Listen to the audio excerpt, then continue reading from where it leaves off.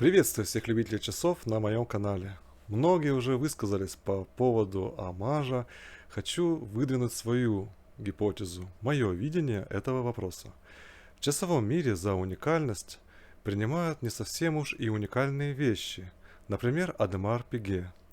На мой взгляд, форма ранта в виде гайки просто замена одной геометрической фигуры ранта на другой.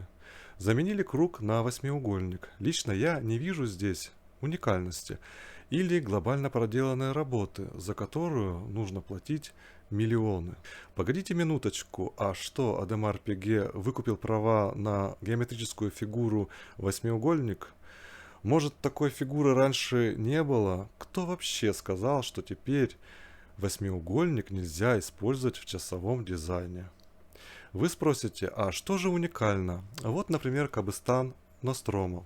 Полностью новый дизайн часов. И в техническом смысле тоже. Это как инопланетянин среди землян.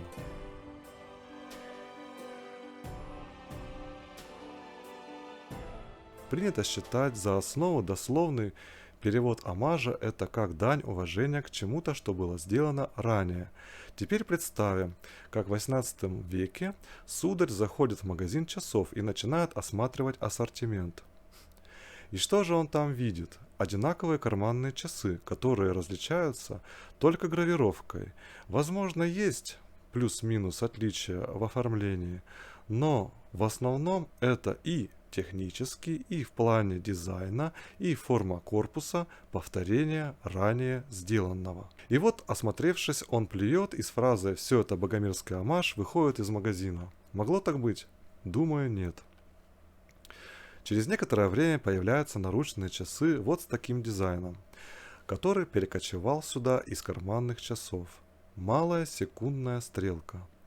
И смело можно сказать, что все современные часы с малой секундной стрелкой в техническом плане и плане оформления так или иначе являются омажами этого исторического дизайна. Потом появляется секундная стрелка поверх часовой и минутной. И тот же процесс повторения раннего происходит каждый день.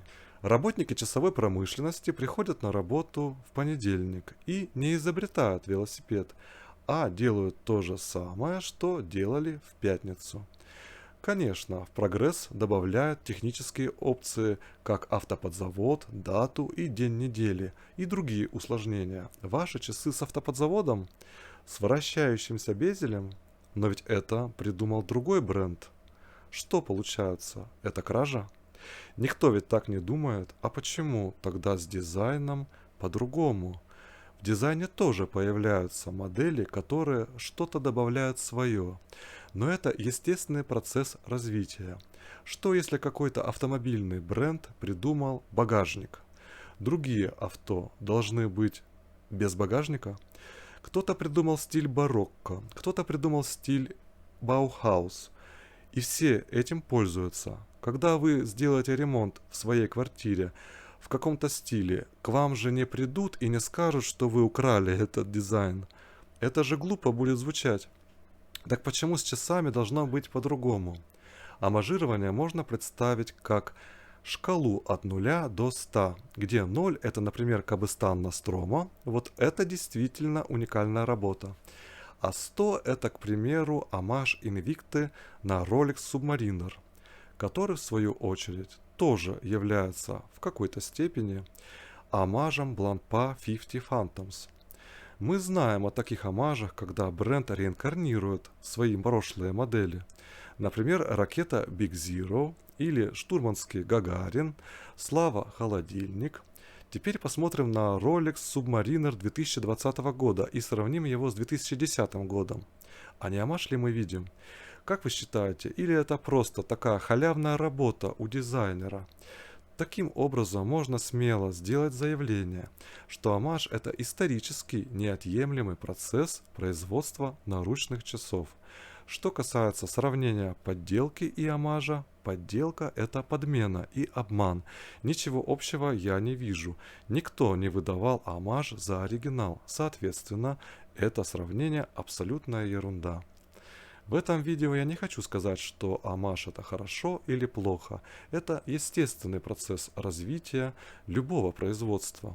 Если омаж убрать из часового мира, то часовой мир рухнет. Все часы так или иначе в чем-то повторяют дизайн прошлых моделей. А раз так, то в глобальном плане все часы это омаж так или иначе, за редким исключением. Нестандартная форма стрелок или корпуса в моем понимании мелочи, а не уникальность.